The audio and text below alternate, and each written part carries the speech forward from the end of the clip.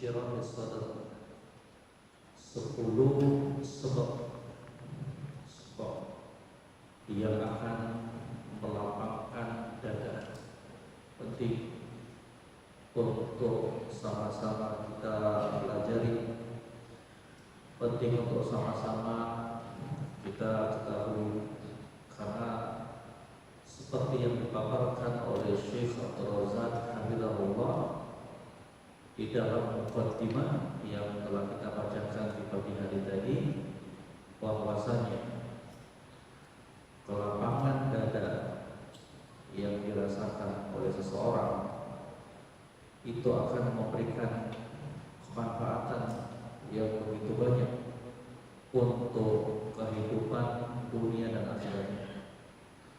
Kalau dada ini sudah lapang, kalau dada ini sudah plong, lega, maka aktivitas dunia akan lebih bisa maksimal. Kalau dada ini lapang, tenang, plong, maka kegiatan kita untuk beribadah kepada Allah akan lebih maksimal. Dan itu kenyataan yang kita rasakan. Betul nggak?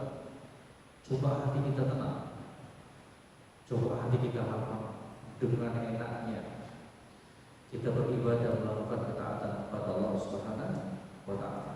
Sebaliknya, kalau hati ini nggak lapang, kalau hati ini tidak plong, tidak lega, malas beraktivitas, ya, bawaannya loyo, bawaannya penuh dengan kecemasan, kegalauan, gundah-gulana, itulah yang akan terhasilkan dari hati yang tidak lapang.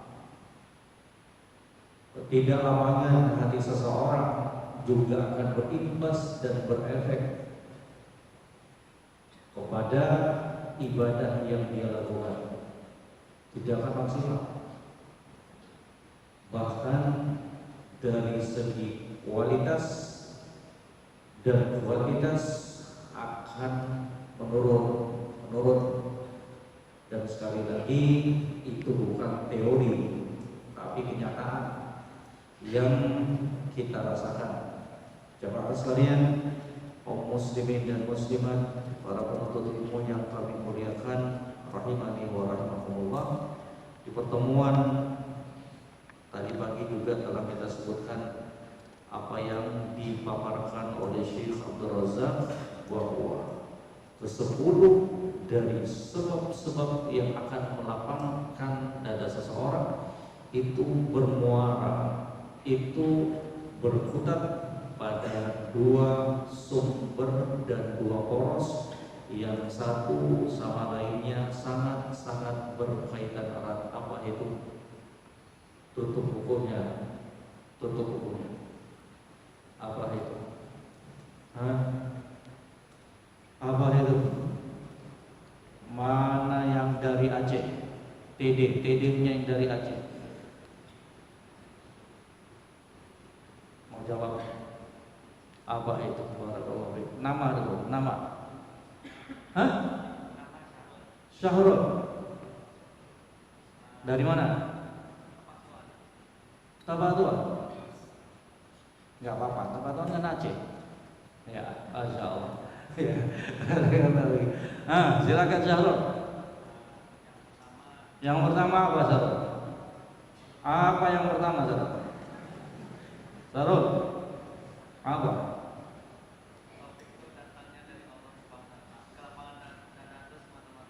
Kelapangan dada atau taufik? Kenapa kelapangan dada? Masya Allah, barakallahu. Dari 10 rangkaian sebab yang akan kita uraikan, itu muaranya pada 2 ini. Harus dipahami ini. Kelapangan dada itu sumbernya 2 ini. Yang pertama, bahwasanya kelapangan dada, insyirahus sadar, itu merupakan taufik, ya, merupakan anugerah, pemberian dari Allah Subhanahu wa Ta'ala. Itu satu. Barakallahu fiik. dari Sibolga, perwakilan dari Sibolga. Yang kedua, nah, hah?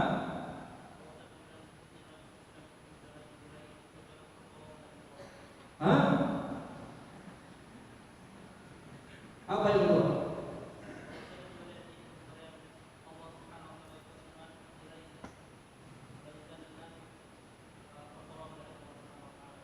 Sama dong. Apa yang kedua? Udah jadi, tinggal sedikit. Yang kedua, siapa temannya dari sekolah obat? Nah, barakallahu fiik rabbil. Pemberian apa? Nah, masya Allah, barakallahu fiik. Nah, ini yang benar tadi, bahwa kelapangan dada yang merupakan anugerah pemberian Allah, la yata'atta illa bi ta'atihi wal iltizam syar'i.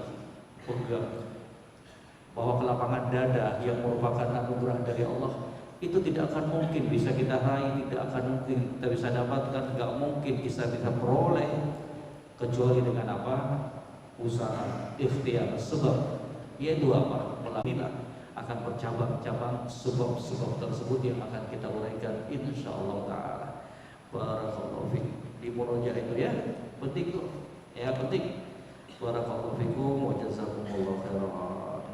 Kemudian ya, tadi juga kita sebutkan bahwa kelapangan dada itu ada alamatnya, ada tanda-tandanya. Apa itu? Seseorang bisa mengetahui dadanya lapang, seseorang bisa mengukur bahwa dadanya itu lapang plong, itu ada tanda-tandanya. Apa itu? Hah? Harus dimurojaah pelajarannya. Ya, kata para ulama apa? Hayatul ilmi bil mudzakarah. Lengketnya ilmu itu dengan diulang-ulang. Jadi kalian kalau udah belajar, jangan udah disimpan catatannya enggak, tapi dibaca terus, baca biar lengket. Ya, diulang-ulang. Apa itu? Tanda alamat dari kelapangan dada. Sini dulu. Ya, tadi sudah saya kiri, sekarang tengah. Silakan. Ayo, angkat tangannya. Barakallahu fikum. Hah? Masya Allah, barakallahu fikum. Kata Syekh, ayyub bila ala daril khuluq wal baqa. Itu salah satu indikasi tanda alamat dari kelapangan dada yang dirasakan oleh seorang muslim dan muslimah. Ayyub bila ala daril khuluq wal baqa. Dia itu menghadapkan dirinya kepada negeri yang kekal abadi. Apa itu akhirat? Dia sibukkan dirinya dengan amalan ibadah, dengan perkara-perkara yang akan memberikan kemanfaatan, kebaikan untuk kehidupan akhirat. Barakallahu fikum. Yang kedua,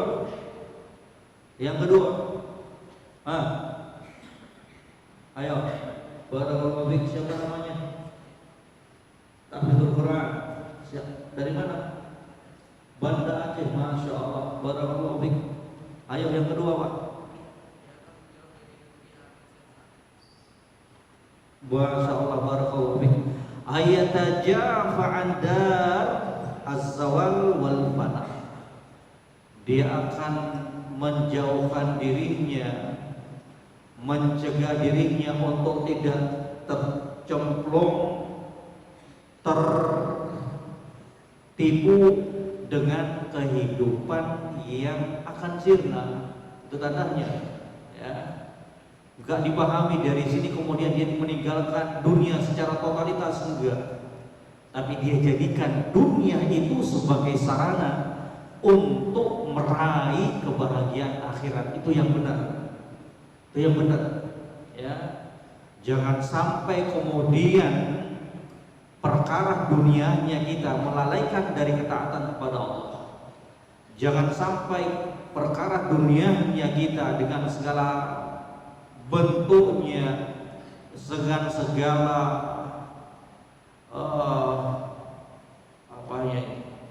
dengan segala ragamnya melalaikan kita dari ketaatan kepada Allah.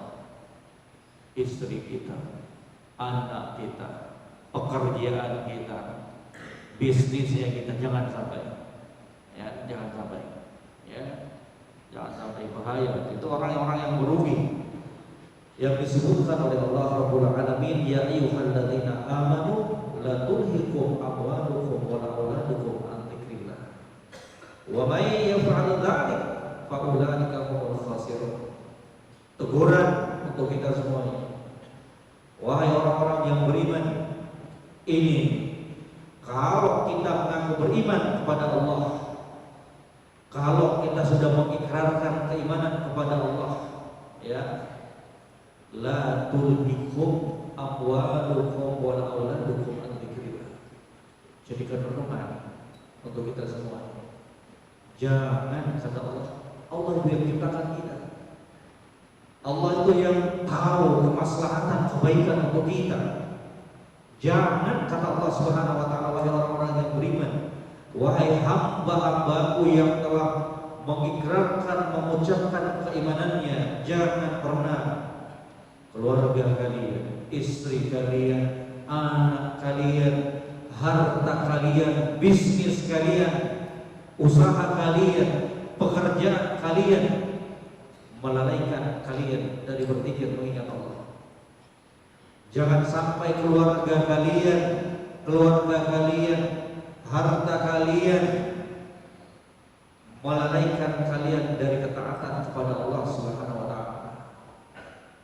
Wa may yaf'al dzalik, barang siapa yang terjatuh ke dalam perkara tersebut, barang siapa yang hartanya, bisnisnya, keluarganya, pekerjaannya, aktivitasnya di dunia ini melalaikannya dari berzikir kepada Allah, melalaikannya dari ketaatan kepada Allah, melalaikannya dari kampung akhirat, faulaika humul khasirun, maka sungguh mereka itulah orang-orang yang berugi. Tidak ada lagi kerugian yang lebih dahsyat dari kerugian itu ketika seseorang tertipu dan terperdaya dari Allah, dari mengingat Allah, disebabkan keluarganya, disebabkan hartanya. Ya, barakallahu fikum. Kemudian yang ketiga, barakallahu. Nah, silakan. Kasih keras dong suaranya. Gimana nanti ceramah kalau suaranya pelan? Ayo berdiri dulu, berdiri. Siapa namanya? Ayo berdiri. Mau ngomong di sini? Hah? Ayo sini.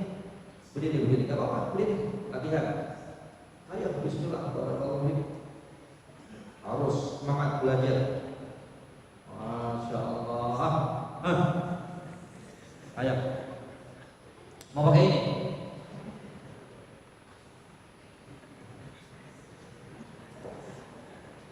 Mau duduk?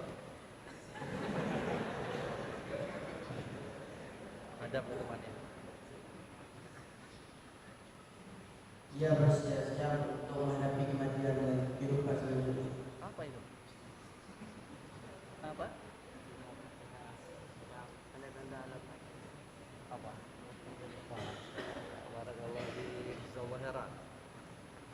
Jazakumullah khairan, barakallahu fiik. Katanya yang ketiga, kebenaran tadi. Masya Allah, katanya orang-orang yang hatinya lapang itu akan senantiasa ayasta'id dalil maut wa ma ba'dahu, melakukan persiapan demi persiapan untuk menyambut kematian dan kehidupan setelahnya. Itu tanda lapangnya dada. Ya. Siap terus, siaga terus, tidak terlena, bahwa kematian itu senantiasa di setiap saatnya, di setiap detiknya mengintai kita. Jangan. Maka orang-orang yang dadanya lapang itu akan terus melakukan persiapan. Kata para ulama, ya, yang bagi, ya, bagi orang-orang yang berakal sepantasnya, kalau nggak salah ucapan Al-Imam Ibnu Rajab rahimahullah, kata beliau, sepantasnya, kata beliau, yajibu ala man la yadri mata yabghaduhu al-maut ayyakuna musta'iddan wala yaktar bisihhati wala bisyabab. Wajib, harus dilakukan bagi orang-orang yang tidak mengetahui kapan datangnya ajal kematian. Wajib untuk selalu melakukan persiapan demi persiapan. Jangan pernah tertipu dengan kesehatannya, jangan pernah tertipu dengan masa mudanya. Itu bukan jaminan. Orang yang sehat bukan berarti dia lebih panjang umur dibandingkan orang yang terkapar di rumah sakit. Bisa jadi dia pergi jenguk temannya di rumah sakit, kena COVID, kasihan, ini sebentar kayaknya mati, ya.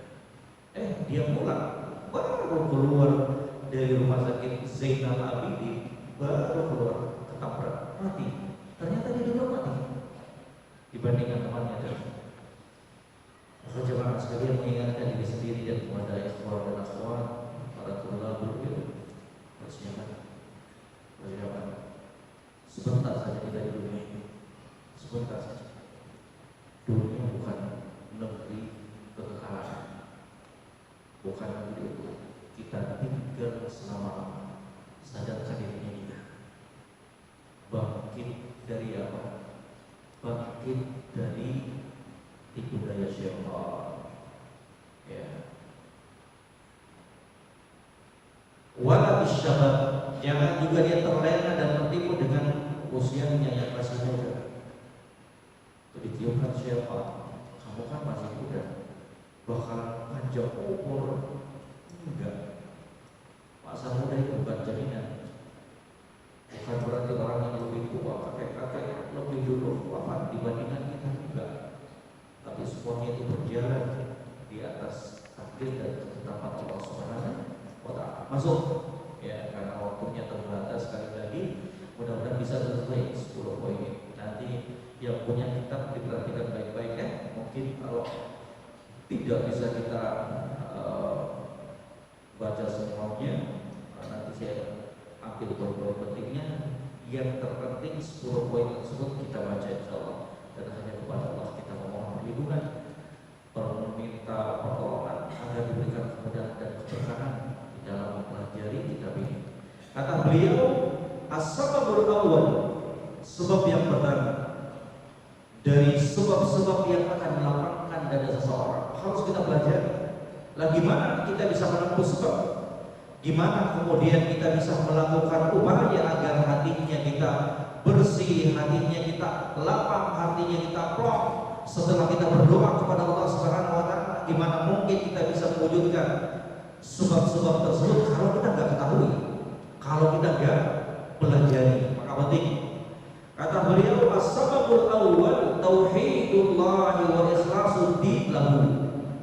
Tauhid, mentauhidkan Allah Subhanahu wa Ta'ala dan mengikhlaskan agama ini hanya untuk Allah Subhanahu. Itulah faktor yang pertama, itulah sebab yang pertama yang akan mendatangkan dan menyebabkan hati seorang hamba itu, hati seorang hamba itu, dada seorang hamba menjadi lapang.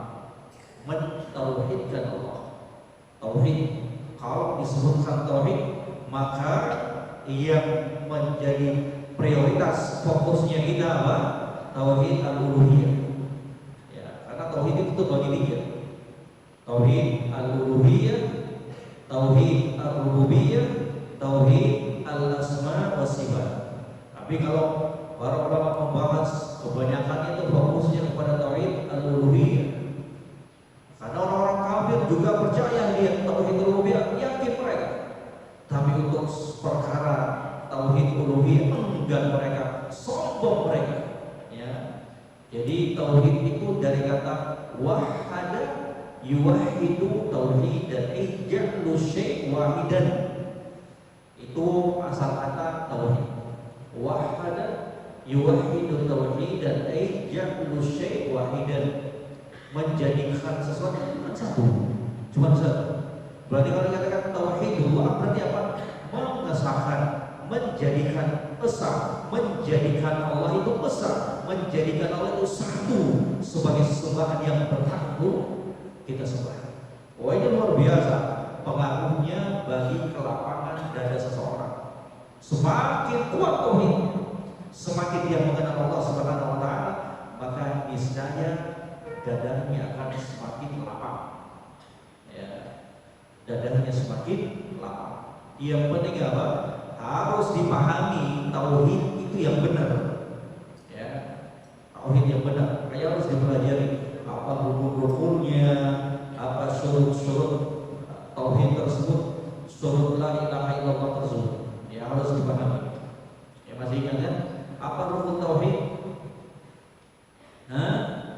Apa rukun tauhid? Dapat hadiah. Hah? Ayo. Yang lain lagi. Ustaz. Hah? Apa itu? Hah? Dua. Apa itu? Masya Allah. Rukun kalimat tauhid, rukun kalimatul ikhlas. Kalimatul tauhid, kalimatul ikhlas, kalimatul syahadah, la ilaha illallah. Rukunnya dua, nafiyun wa itsbatun. Menolak, membersihkan, menafikan. Enggak ada ya sesembahan yang berhak disembah itu enggak ada. Illallah. Kemudian itsbatun tambahan. Ya Allah, satu-satunya sesembahan yang berhak untuk disembah. Kemudian pahami juga baik-baik, pelajari mendalam tentang syurut la ilaha illallah. Ya, sepertinya ini pelajaran yang sudah sering berulang. Ya, syarat la ilaha illallah, syarat kalimat tauhid apa itu? Ilmun, yaqinun, wa ikhlasun, wa sidquka ma mahabbatin wa qiyadin wal qabul laha wa zidna minaha al-kufran minka bima yu'badu minal awthani qad uhila. Qad uliha. Ada 8 syarat-syarat dihafal ya. Kalau hafal dengan nazamnya, dengan syairnya lebih mudah ya. Kalau udah hafal lengket mau berapa tahun pun enggak bakal lupa insyaallah ya. Mau tulis? Udah tulis? Udah bisa kan? Ya, apa tadi? Ilmun, yaqinun, wa ikhlasun. Ilmu meyakini, mempelajari la ilaha illallah. Kemudian apa? Yakin, harus yakin, jangan ragu dengan kalimat tauhid, jangan ragu dengan la ilaha illallah. Ilmu, yakinun, wa ikhlasun, harus ikhlas, jangan sekutukan, jangan katakan la ilaha illallah kemudian menyekutukan Allah. Wasidquka, kejujuran kita terhadap ucapan yang telah kita ucapkan la ilaha illallah. Isyaratnya jam berapa? Hah? Hah? Jam 18. Diingatkan nanti ya. Kalau mau tambah pun nggak apa-apa, dikit ya. Wasidquka ma tulisannya ma'a. Kalau dalam syair itu nggak ada tulisan ma'a, tapi ainnya itu harus disukun. Ma bacanya itu ma, nggak ada dalam syair itu. Saya bahasa Arab ma, nggak ada ma, mimnya di fathah, ainnya disukun ya. Ilmun, yakinun, wa ikhlasun wa sidquka ma'a mahabbati wa qiyadin wal qabul laha. Berapa itu? Hah? Ilmu, mengilmui, yakinun, wa ikhlasun, ikhlas, kemudian apa? Sidquka, 4. Berapa kan? Mahabbati, sudah berapa? 5. Wa qiyadin, tunduk terhadap konsekuensi la ilaha illallah. Wal qabul lah, terima, jangan tolak kalimat tersebut. Udah berapa? Hah? Udah berapa? 7. Wazid thaminaha, tambahkan yang ke-8 katanya. Wazid thaminaha al-kufranu minka bima. Tambah yang ke-8 katanya. Dari syarat la ilaha illallah, pengingkaran kamu terhadap apa? Sesembahan yang telah dituhankan, padahal bulan, pohon, malaikat dan lain sebagainya, ikan semuanya, mereka semuanya adalah makhluk ciptaan Allah, gak pantas untuk disembah. Kemudian kata beliau, fatauhidullah azza wa jalla wa ikhlasu ad-din lahu yu'addu a'zama sababin insyirahi sadr. Maka mentauhidkan Allah Rabbul Alamin, mengikhlaskan agama ini hanya untuk Allah Rabbul Alamin, teranggap sebagai faktor yang terpenting, termasuk sebab yang terbesar di dalam melapangkan dada. Kalau selama ini dada kita hanya berputar antara satu kegelisahan berikutnya, dari satu kegalauan yang berikutnya, dari ketidaktenangan berikutnya, maka cek dong tauhidnya kita. Bisa jadi ada yang keliru, bisa jadi ada yang salah dari tauhidnya kita tersebut. Na'udzubillah, terkadang ada tauhidnya kita yang terkotori dalam keadaan kita tidak menyadari. Wa huwal ghayatul lati khalaqa Allahul khalqa li ajliha wa awjadahum li tahqiqiha. Tauhid itu adalah puncak tujuan mengapa Allah Subhanahu wa taala menciptakan makhluk. Kenapa Allah ciptakan kita? Ya untuk mentauhidkannya. Ya. Kama qala ta'ala, sebagaimana firman Allah Rabbul Alamin dalam surat Az-Zariyat ayat 56. Wa ma khalaqtul jinna wal insa illa liya'budun. Tidaklah, kata Allah, aku menciptakan jin dan manusia kecuali untuk menyembahku, beribadah kepadaku, mentauhidkanku. Pegang ayat ini, pegang, hafalkan, letakkan terus di depan matanya kita, agar kita tidak lalai sebagai hamba Allah Subhanahu wa taala, bahwa kita itu harus sadar kita diciptakan oleh Allah untuk beribadah kepadanya, bukan untuk lalai darinya. Hafal, wa ma khalaqtul jinna wal insa illa liya'budun. Hafal. Tidaklah aku menciptakan jin dan manusia kecuali untuk beribadah kepadaku, untuk mentauhidkanku, kata Allah.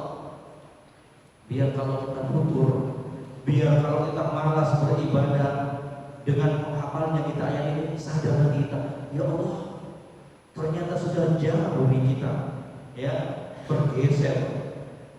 Kita itu bukan hamba dunia. Kita itu tidak diciptakan oleh Allah untuk kemudian terjungkal, untuk tidak terjerumus ke dalam dunia yang fana ini. Tapi kita diciptakan untuk sebuah tujuan yang mulia, untuk mentauhidkan Allah, untuk mengesahkan Allah dalam hal ibadah. Coba perhatikan kata illa liya'budun.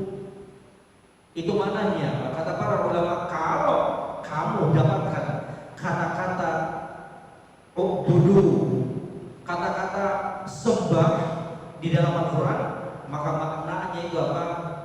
Mentauhidkanku. Pegang kaidah ini. Kalau ada kata-kata liya'budun, beribadah, untuk beribadah, makna dari kata ibadah itu apa? Untuk mentauhidkanku. Coba masukkan di sini. Wa ma khalaqtul jinna wal insa illa liya'budun. Maknanya apa? Wa ma khalaqtul jinna wal insa illa liwahiduni. Itu maknanya. Kata-kata ubudu, beribadah, dalam Al-Quran itu pasti maknanya apa? Mentauhidkanku.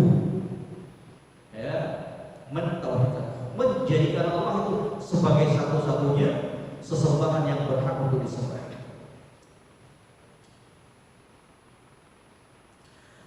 Kemudian kata Allah Rabbul Alamin, ya, ini juga dalil-dalil yang menunjukkan wajibnya bagi seorang muslim dan muslimah untuk mengesahkan Allah Subhanahu wa taala dalam beribadah.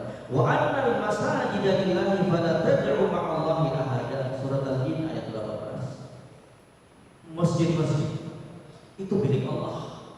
Masjid-masjid itu dipakai untuk beribadah menyembah Allah. Fala tad'u ma'allahi ahada. Maka jangan kalian kemudian menyembah Allah tapi juga menyembah yang lainnya. Jangan kalian sekutukan Allah. Jangan kalian menduakan Allah Subhanahu wa ta'ala. Kemudian dalam surat Al-Bayyinah ayat kelima, wa ma umiru illa liya'budullaha mukhlishina lahud-din, dan tidaklah mereka itu diperintahkan kecuali untuk beribadah kepada Allah, illa liya'budu. Apa itu? Kecuali apa? Untuk mentauhidkan Allah. Paham ya?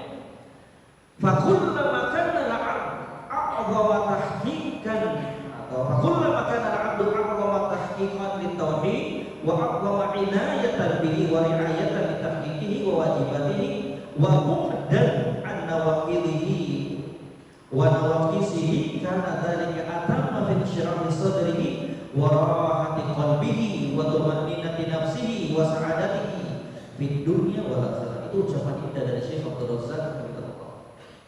Kata beliau, maka ketika seorang hamba, ya, semakin hamba tersebut mewujudkan, merealisasikan tauhid, ya, di dalam kehidupannya, dia betul-betul perhatikan. Makanya penting, termasuk ilmu yang penting, ilmu yang mulia, ilmu yang terbaik untuk dipelajari oleh setiap muslim dan muslimah, bahkan wajib hukumnya untuk dia pelajari adalah ilmu tauhid.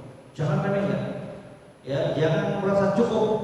Saya sudah belajar Rasulullah, saya sudah belajar kitab tauhid. Enggak cukup tuh.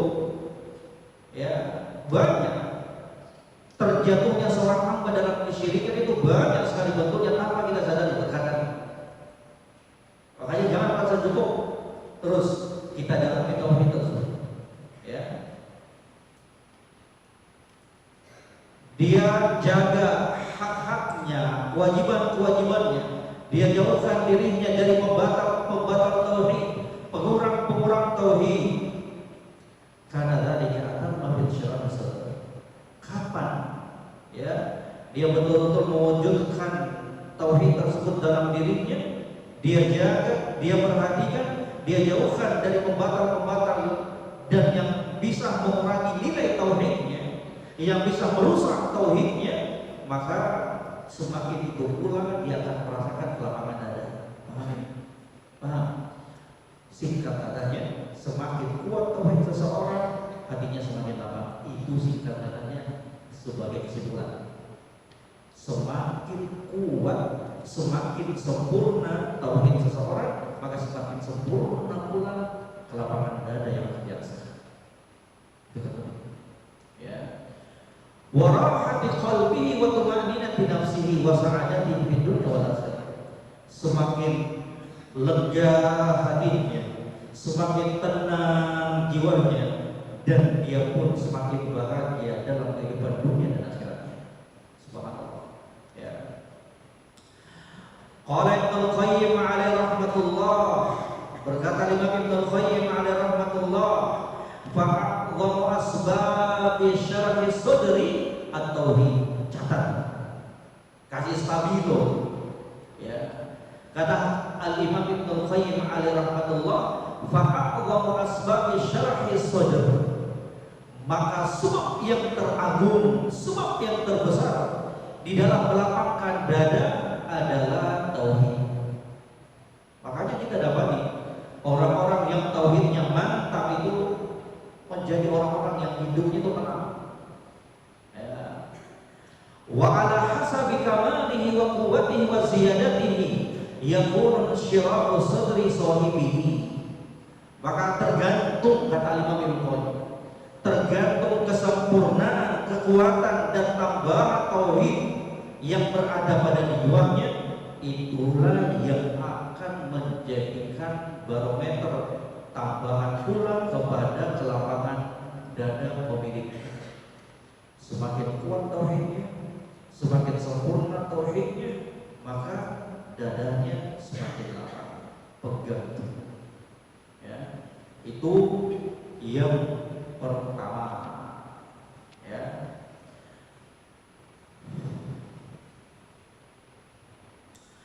Kemudian coba lihat kalian ke halaman 14 kata waktunya. Wa idza ukhrija 'anil ghayah allati khuliqa li ajliha iqtaraba. Ini kebalikannya. Katanya, kapan seseorang itu keluar dari tujuan utama, dia keluar dari tujuan penciptaannya, dia akan beribadah kepada Allah, tauhidnya ada yang rusak, ya, maka iqtaraba, dia akan goncang, hatinya goncang, dadanya akan sempit, ya. Wa dakhala 'alaihi minal humum wal ghumum wal muqaddirat bi hasabi hubbihi an tauhidillah wa ikhlasi dini lahu. Ya. Masuk.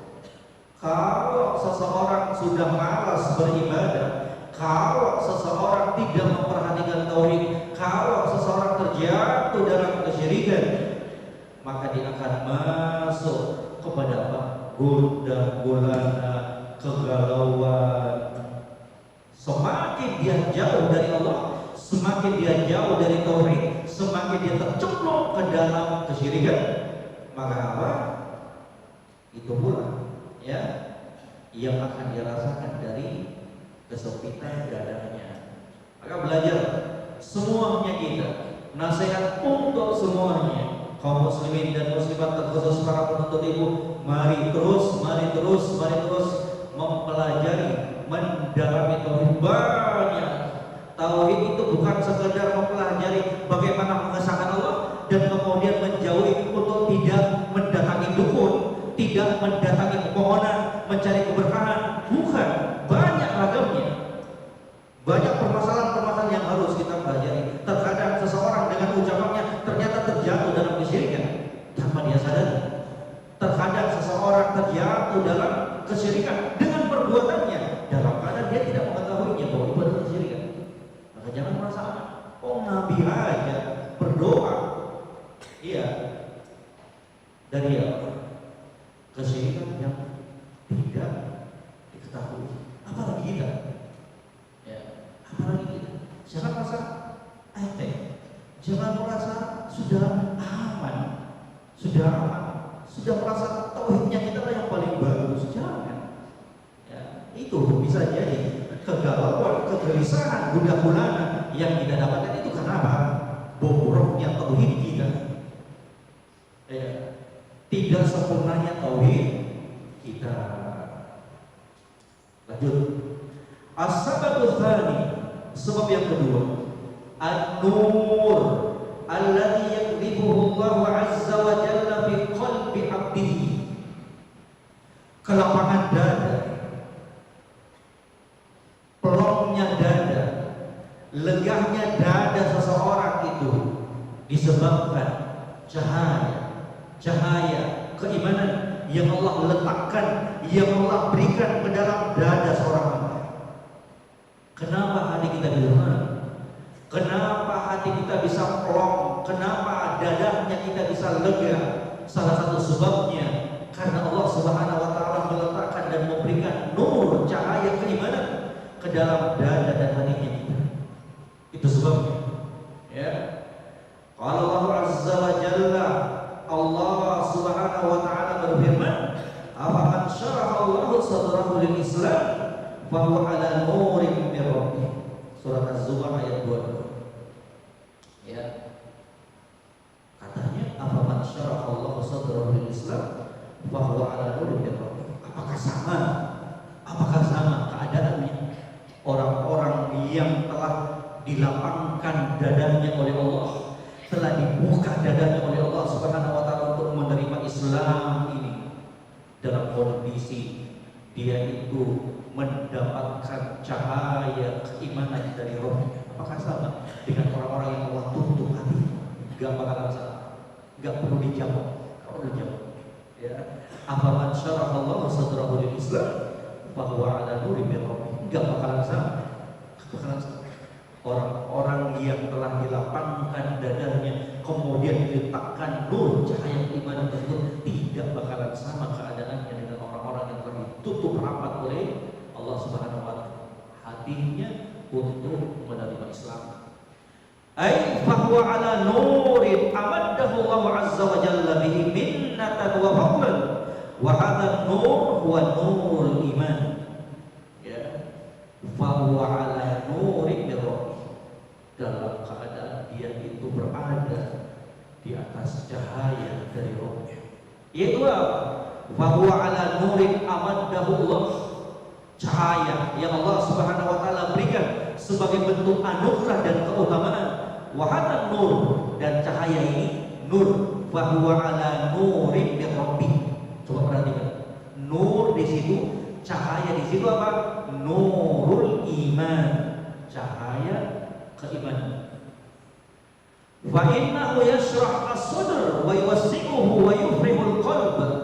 Fa idza fuqida hadha an-nur min qalbil 'abd daqa wa haraj wa sara fi adyaq sijnin wa as'abihi. Fa nasibul 'abd min syirahi as-sadr bihasabi nasibihi min hadha an-nur. Ini beliau petikkan dari ucapan Al-Imam Ibnu Qayyim alaihi rahmatullah dalam kitab beliau Zadul Ma'ad. Kata Syekh Abdul Razak, fa innahu yashrah as-sadr wa yuwassi'uhu, dengan cahaya keimanan yang Allah Subhanahu wa taala letakkan dalam dada seseorang tersebut akan menjadikan hatinya lapang, akan meluaskan hatinya, akan menjadikan hatinya itu menjadi bahagia. Kalau cahaya ini hilang, kata beliau, fa idza fuqida an-nur, kalau cahaya ini hilang, kalau cahaya keimanan tersebut diangkat oleh Allah Subhanahu wa taala, dhaqa wa haraj, sempit dadanya, sempit, ya, tidak akan merasakan kelapangan dada, itu bahaya, ya.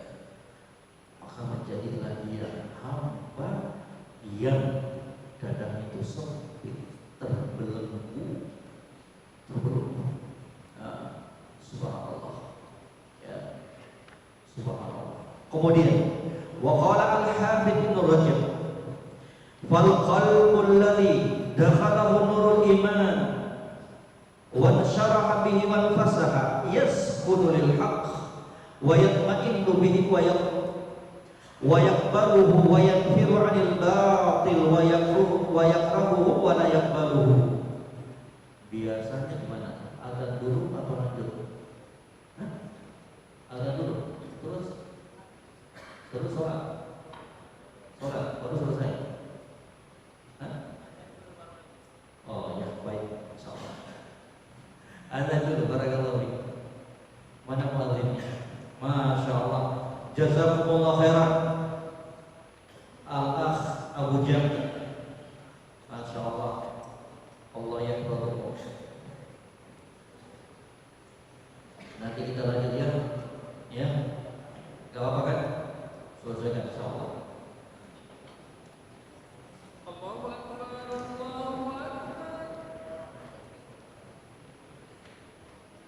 Allah.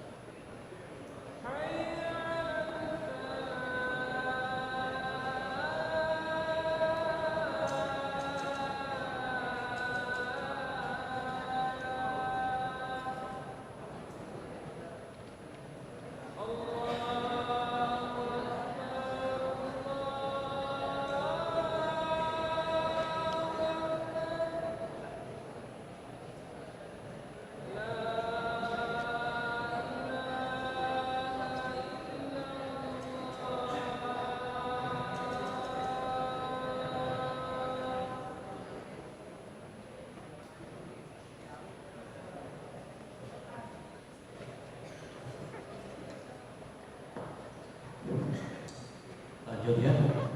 Sampai mana tadi? Hah? Sampai mana tadi? Ucapan siapa? Al-Hafidz Ibnu Rajab rahimahullah. Ya. Kata beliau, lanjut ya. Kata beliau, wal qalbul ladzi dakhalahu nurul iman wa syaraha bihi wa fasah. Maka hati yang telah dimasuki oleh cahaya keimanan, telah merasakan kelegaan dan kelapangan. Hati yang sudah masuk ke dalamnya cahaya keimanan, sudah lapang, sudah plong, sudah lega. Coba perhatikan, kunul haq, akan mudah tunduk kepada kebenaran. Sebab itulah yang namanya cahaya keimanan. Kunul haq, mudah dia untuk terima kebenaran. Gak gengsi. Ngapain gengsi? Ngapain gengsi? Ya, kebenaran itu harus diletakkan di atas segala-galanya. Gak usah malu untuk menerima kebenaran. Akui secara gentle kalau kita salah. Demi Allah, kembalinya seorang hamba ke dalam kebenaran tidak akan mengurangi harga dirinya demi Allah. Kalau dia lakukan semua itu ikhlas lillah karena Allah Subhanahu wa taala. Pegang ar-ruju' ilal haq, kembali kepada kebenaran demi Allah, tidak akan menurunkan harga diri kita di hadapan manusia, terlebih lagi di hadapan Allah. Justru kita akan lebih mulia dan akan terangkat derajatnya kita di sisi Allah kalau kita kembali kepada kebenaran. Caranya gimana? Lapangkan dada kita, lapangkan dada kita. Wa yatma'innu bihi wa yaqbalu, tenang dia. Ketika cahaya keimanan tersebut telah masuk ke dalam dada seseorang yang telah menyebabkan hatinya, dadanya lapang, itu akan menyebabkan ketenangan dengan dan akan kebenaran tersebut. Dia akan mudah menerima kebenaran. Wa yanfari wa yanfiru 'anil batil, dia akan menghindar, menjauh dari kebatilan. Wa yakrahuhu wa la yakbaru, benci dia. Yang namanya kebatilan itu dibenci, tidak akan diterima oleh hati yang lapang, yang telah dimasuki cahaya keimanan. Kalau hati seseorang sudah dimasuki cahaya keimanan, kalau hati seseorang sudah lapang, pasti dia bakalan benci dengan kebatilan. Itu dua perkara yang tidak akan mungkin menyatu. Hati lapang yang terpenuhi, terhiasi dengan cahaya keimanan tidak bakalan mungkin bisa menyatu dengan apa? Kecintaan dia terhadap kebatilan. Pasti dia benci, pasti dia tidak akan menerima. Dibahami jemaah sekalian. Itu poin dan sebab yang kedua. Apa itu? Kelapangan dada akan bisa diraih dengan sebab cahaya keimanan yang diletakkan oleh Allah Subhanahu wa taala dalam hati seorang hamba. Kemudian kata Syekh Abdul Razak hafizahullah taala, as-sababu tsalitsu, sebab yang ketiga. Sebab yang pertama tadi apa? Sebab yang pertama tadi apa? Siapa yang bisa jawab? Bapak berdiri. Sebab yang pertama,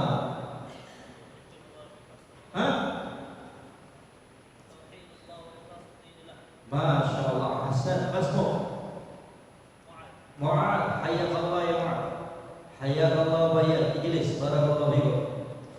Sebab yang kedua, indaka Bilal bin Abi Zainab. Apa yang kedua Bilal?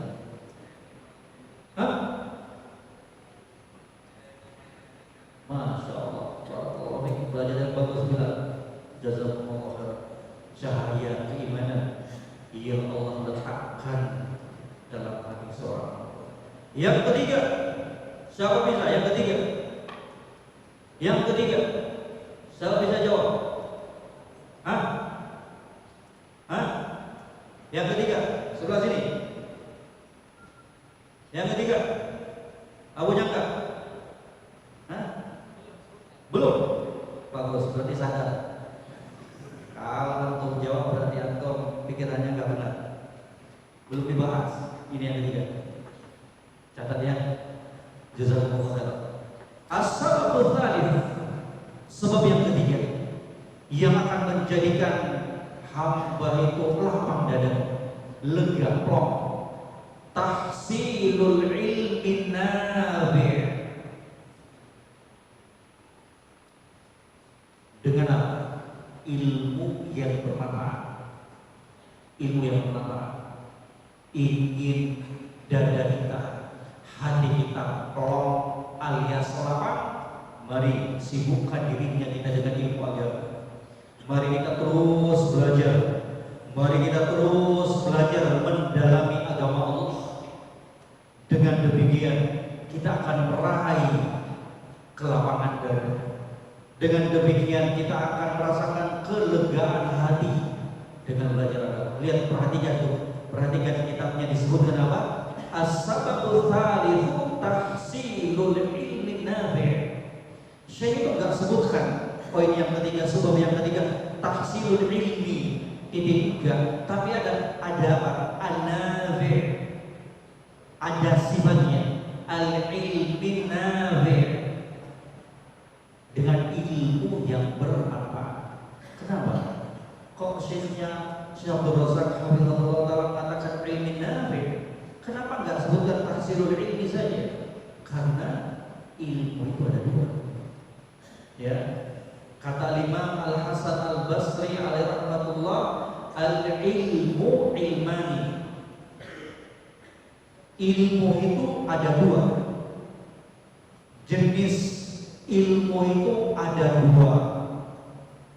Klasifikasi ilmu itu ada dua. Yang pertama, ilmu bil lisan. Ilmu yang sebatas di mulut. Ilmu merangkai kata-kata. Ilmu retorika. Ini yang pertama, ya. Ilmu yang hanya sampainya di mulut, tidak diwujudkan dalam bentuk apa. Ilmu yang hanya sekedar di mulut, tidak menembus hati. Itu jenis ilmu yang pertama.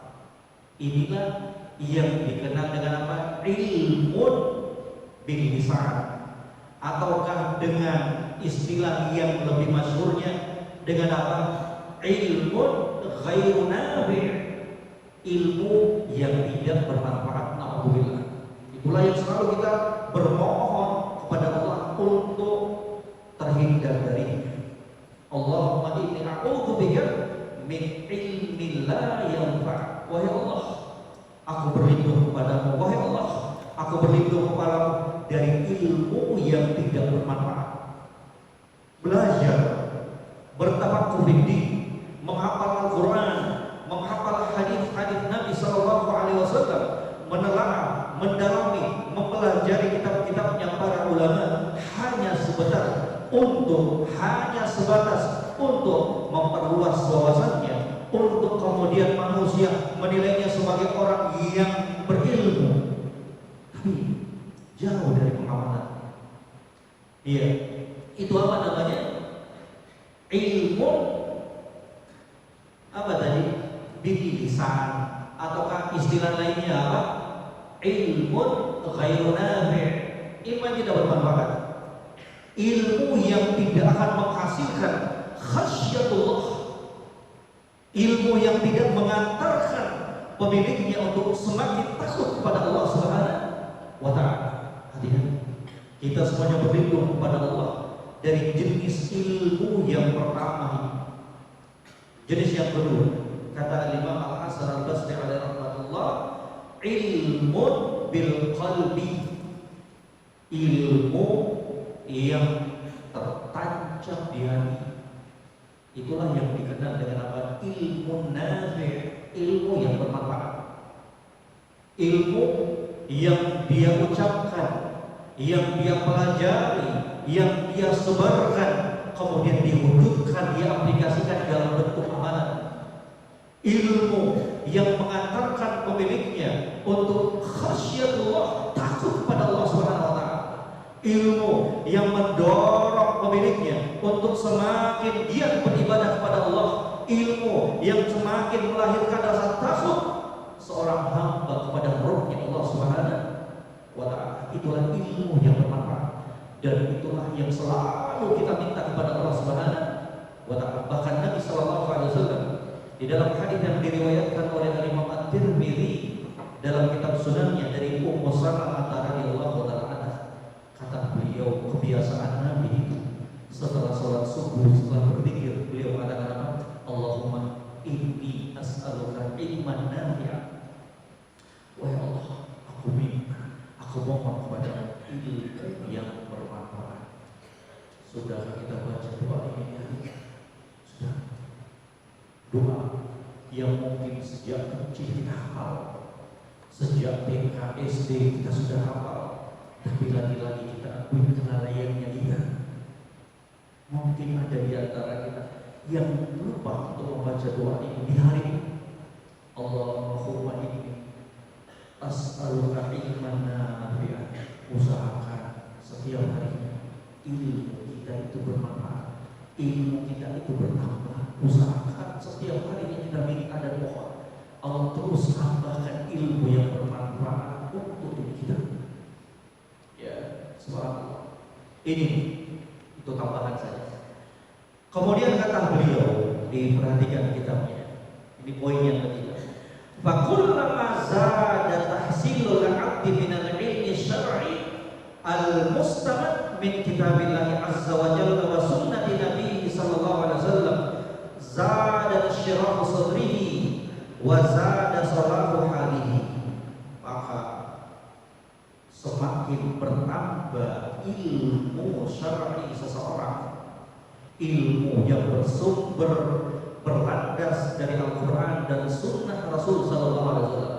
Jadi kalau ada pengucapan ilmu dalam Al-Quran, kalau kita dapatkan pengucapan lafaz ilmu dalam hadis-hadis Nabi Sallallahu Alaihi Wasallam, maka yang diinginkan itu adalah ilmu asyara, ilmu syar'i, ilmu agama, bukan ilmu dunia.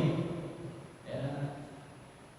Ilmu yang didasari dari Al-Quran dan sunnah. Kata beliau, maka semakin bertambah ilmu seseorang yang bersumber dari Al-Quran dan Sunnah Rasulullah SAW, maka akan terasa lapang dada. Semakin lapang dada, semakin bertambah ilmunya, semakin dia mendalami agama Allah, maka kelapangan dada akan dirasakan. Dan apa? Semakin baik pula keadaannya. Introspeksi dirinya kita.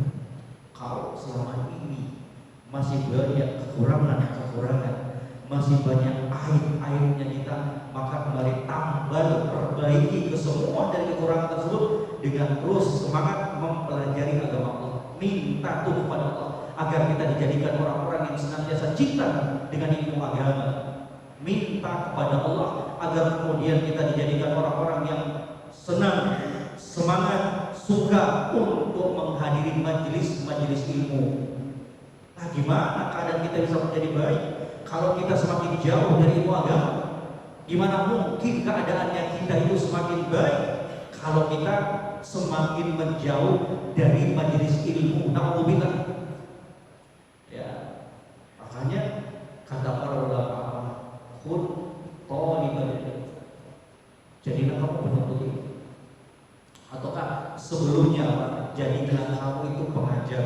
Kalau nggak bisa, jadilah kamu apa? Penuntut ilmu. Kalau kamu nggak bisa menjadi penuntut ilmu, jadilah orang-orang yang mencintai penuntut ilmu. Itu paling minimal dulu. Ya. Jangan benci dengan orang-orang yang mengajarkan ilmu agama. Jangan benci dengan orang-orang yang sedang menuntut ilmu agama. Nggak ada kebaikan. Sudah malah sebelajar, malah benci lagi orang-orang yang mengajarkan agama dan benci kepada penuntut ilmu. Biar jemaah sekalian, ya, ada sesuatu yang salah di hatinya kita.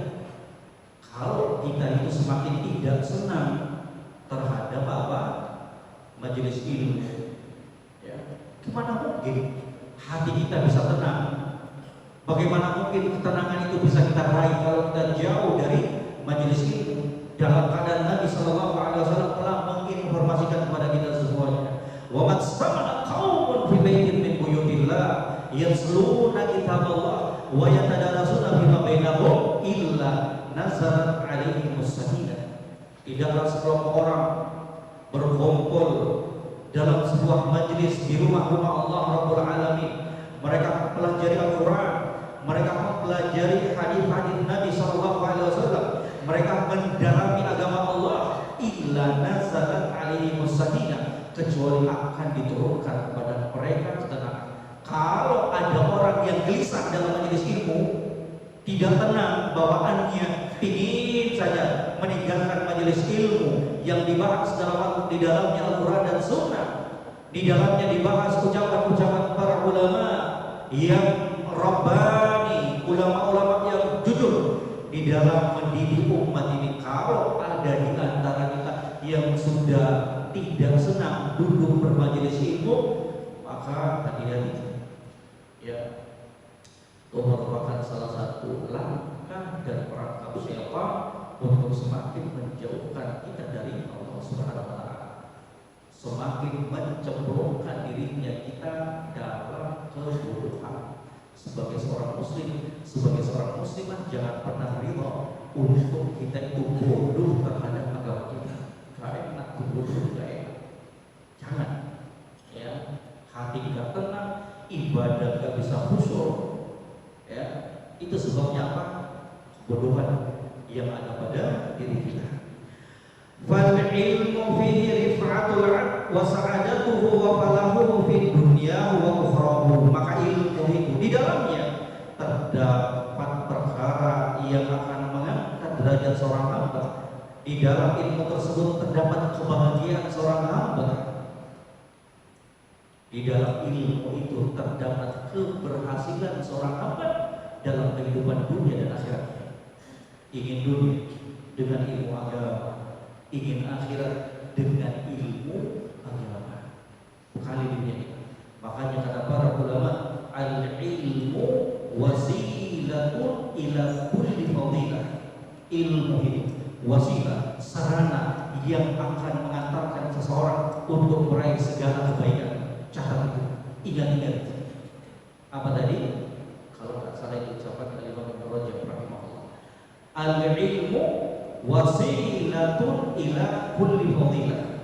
Ilmu itu sarana yang akan mengantarkan seorang hamba untuk meraih segala kebaikan. Kebaikan dunia dan akhirat terletak pada ilmu agama. Belajar kita semuanya. Maka bersyukur kalau di tempat kita ada masjid, ya, ada majelis-majelis ilmu, ada guru-guru kita, ada ustaz-ustaz kita yang setia untuk terus mengajari kita, yang setia untuk mengangkat kebodohan dari dirinya kita. Ingat, coba kita nengok ke tempat-tempat yang lainnya. Kadang mereka masjid saja nggak punya, tapi bisa mereka buat kajiannya online. Ya, kan beda rasanya. Ada masjidnya besar lagi, tapi nggak ada ustaznya, nggak ada yang ngajar mereka. Akhirnya harus datangkan ustaz dari jauh-jauh. Aku bersyukur, itu nikmat yang harus selalu kita jaga, nikmat yang harus kita syukuri. Jangan sampai karena perbuatannya kita, kemaksiatannya kita, Allah cabut kenikmatan tersebut. Na'udzubillah. Dijaga, disyukuri.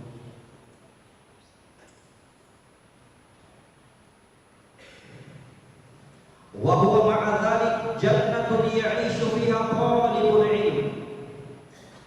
Bersamaan dengan itu, ya, ilmu agama itu adalah jannah, surga yang seorang penuntut ilmu hidup di dalamnya. Gersang hatinya kita. Kalau kita semakin jauh dari majelis ini, gersang hatinya kita. Kalau kita semakin jauh dari ilmu agama, jangan ketika ada problem hidup, problem apa saja, bisnis, keluarga, ini dan itu, kalau sudah ada problem, jangan makin jauh dari majelis ini. Kalau sudah bertubi-tubi problem hidupnya kita, kemudian kita jauh dari ilmu, kemudian kita jauh dari majelis ilmu, itu musibah di atas musibah. Ya, maka sekali lagi nasihat untuk semua dari kita, ambil bagian untuk menuntut ilmu agama Allah. Jangan buka keran bagi siapa untuk mengalami sibuk saja. Sibuk apa ente? Masa 24 jam dari waktu yang Allah berikan enggak ada waktu yang kita persiapkan untuk mempelajari agama Allah. Padahal itu untuk kehidupan dunia dan akhirat kita. Kebaikan yang menuntut ilmu itu akan berimbas untuk diri kita, keluarga kita, tetangga kita, saudara-saudaranya kita. Ya, wa yakfi fi fadlil ilmi nafi' annahu ya'khudhu bi sahibihi ila jannatin na'im. Kama qala Nabi sallallahu alaihi wasallam, man salaka tariqan yaltamisuhu bihi ilman sahhalallahu lahu bihi tariqan ila jannah. Maka cukup dari perkara yang menunjukkan keutamaan ilmu yang bermanfaat tersebut, pemiliknya itu akan tergiring ke dalam surga Allah Subhanahu wa taala. Dengan belajar agama, kita akan dituntun untuk menuju surga Allah Subhanahu wa taala. Dan itu selaras dengan apa yang telah diucapkan oleh Nabi sallallahu alaihi wasallam di dalam hadis yang sahih, wa man salaka tariqan. Lihat, perhatikan itu kata tariqan. Apa artinya tariqan? Jalan. Itu di situ tariqan hissi. Ya, kata tariq, jalan itu ada dua, ada yang maknawi, ada yang hissi. Wa man salaka tariqan. Tariqan di sini apa? Tariqun hissiyun. Apa bentuknya itu? Tariqun hissi itu yang bisa dilihat. Orang belajar, wa man salaka tariqan, dia belajar menempuh sebuah perjalanan untuk mencari ilmu dengan cara jalan kaki, naik mobil, naik motor, naik pesawat ke Yaman, ke Arab Saudi, masuk semua dalam kategori tariqun hissiyun. Paham ya? Kalau dia keluar dari rumahnya untuk menuntut ilmu itu, menempuh sebuah perjalanan dengan beragam wasilah yang dia pakai, jalan kaki, naik motor, naik mobil, naik pesawat, yang kami suruh iman. Cuma satu tujuan, Dia keluar dari rumahnya itu untuk mencari ilmu agama.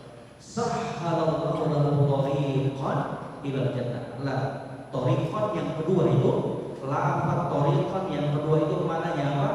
Thariqan maknawi.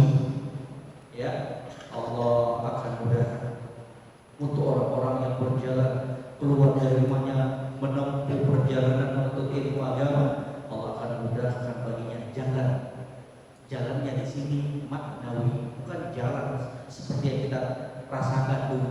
Ya, jalan di aspal, jalan dengan menggunakan pesawat, bukan. Beda lagi. Thariqan yang kedua ini thariqan maknawi. Apa itu artinya thariqan maknawi? Untuk orang-orang tersebut Allah akan mudahkan baginya apa? Jalan dengan cara Allah berikan taufik kepadanya untuk melakukan amalan kebaikan. Allah mudahkan langkahnya untuk mengamalkan ilmu yang telah dia pelajari tersebut, ilmu yang telah dia dapat tersebut. Allah mudahkan baginya untuk diamalkan, yang dengan sebab itulah dia akan masuk ke dalam surga Allah Subhanahu wa taala. Barakallahu sampai takut kalian takut. Besok pagi kita lanjutkan. Mau nggak? Mau, insya Allah. Harus mau, Pak. Sebab yang berapa? 4 besok, insya Allah. Besok pagi masuk sebab yang 4, mudah-mudahan bisa selesai ini. Paham ya? Apa yang ketiga tadi? Sebab yang ketiga apa? Hah? Siapa yang mau jawab? Sebab yang ketiga, tahsil ilmin nabi, dengan ilmu yang bermanfaat, hati menjadi lapang. Ilahi subhanallah wa bihamdik, asyhadu an la ilaha illa anta, astaghfiruka wa atubu ilaik. Wassalamualaikum warahmatullahi wabarakatuh.